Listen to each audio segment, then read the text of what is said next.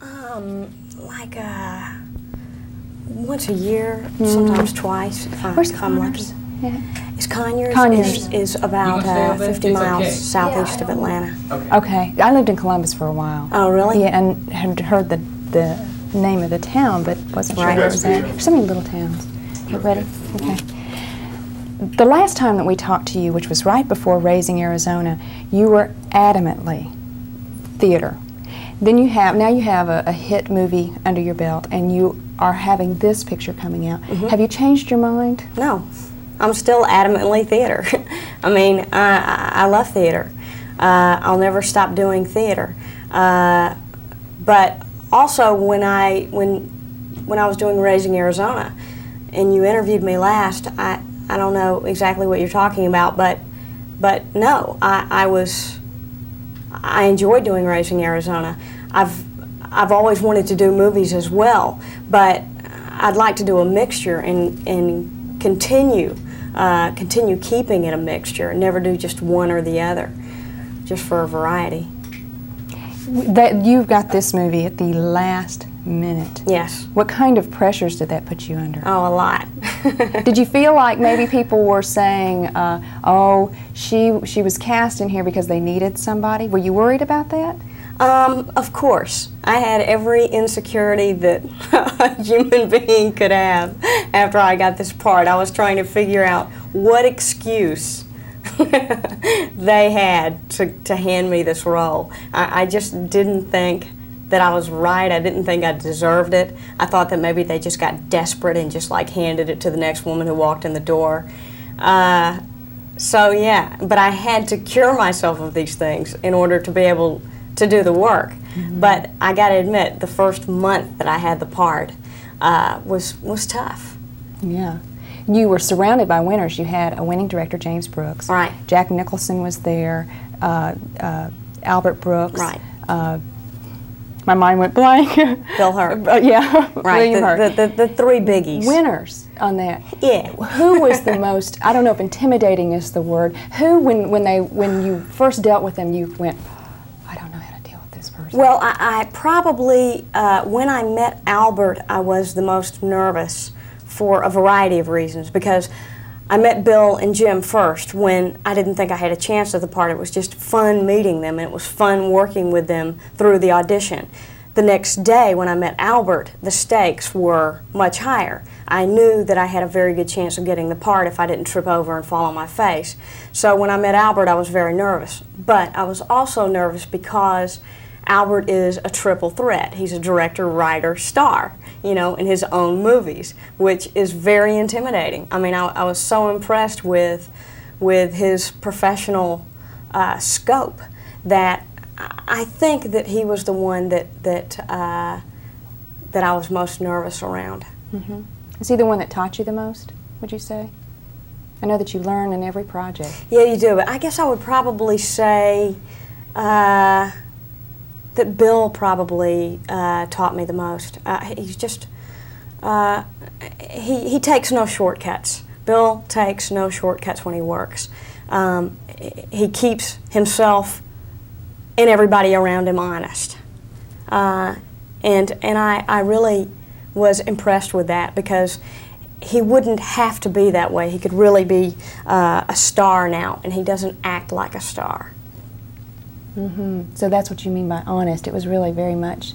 He takes whatever is necessary to do the role, to serve the movie. Bill will do. Mm-hmm. Are you as neurotic of a person as your character Jane is? No, but not all the time. But I'm certainly. I certainly have my insane moments. Most definitely. There was nothing that Jane did that I couldn't get to. Yeah, you could really understand where this woman was coming from then. Yeah, I mean, yeah, some of it took a lot of research and a lot of rehearsal and a lot of thought, but absolutely.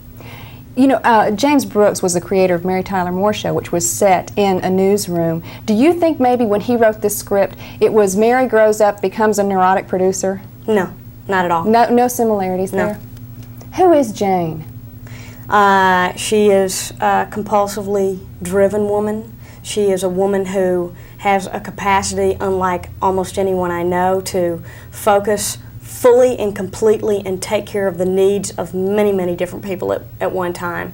Whereas I think I am certainly much more able to focus on one track. She can focus on 9. She's got a very quick mind, very quick wit, and she's, I think, the thing that describes her the best is that she's fair-minded. She's non-judgmental. She's very fair. I have a theory about you in watching you last night, that you are such a strong actress, such a strong person, and as well as the character that you play, that it will be difficult for you to find leading men to play opposite that strength. Do you feel that that's true?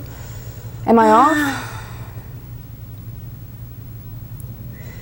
No, not really. I think that, you know, that different men and different women who I play opposite give me very different things. I mean, because whatever makes them work, they give me.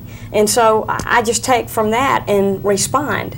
So that's what acting is, really, is giving and taking. I know that sounds very simplified, but it's very difficult to listen and to talk. And when a camera's rolling, or when there's an audience out there, or even a rehearsal. And so whatever anyone gives me, I simply respond individually. So no, I don't think that really is applicable.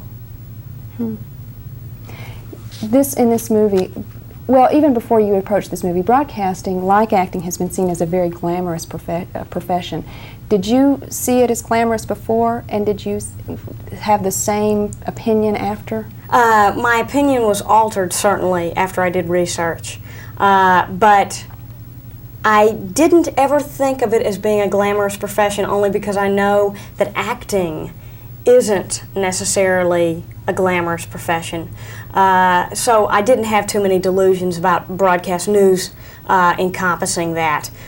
However, it was different in the dedication of the people, that people really truly are as driven as Jane Craig. That was something I saw for myself, and that the dedication there and the commitment in so many people who work in news was amazing. I've got one more last quick question for you. Yeah. Audiences are just now getting to know you. You're courting them, so to speak. So I want you to state your intentions. Holly Hunter intends to what? What do you intend to do?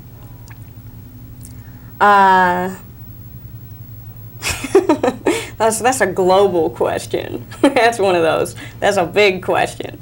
I intend to work. I intend to work only on scripts that excite me. I just want to keep doing scripts that I read them and I go, this is something I can bite down into. And there aren't that many of them. So I also intend to not work, to do both, to work very hard on things that I really love and to not work when they're not around. Okay, great. Thanks.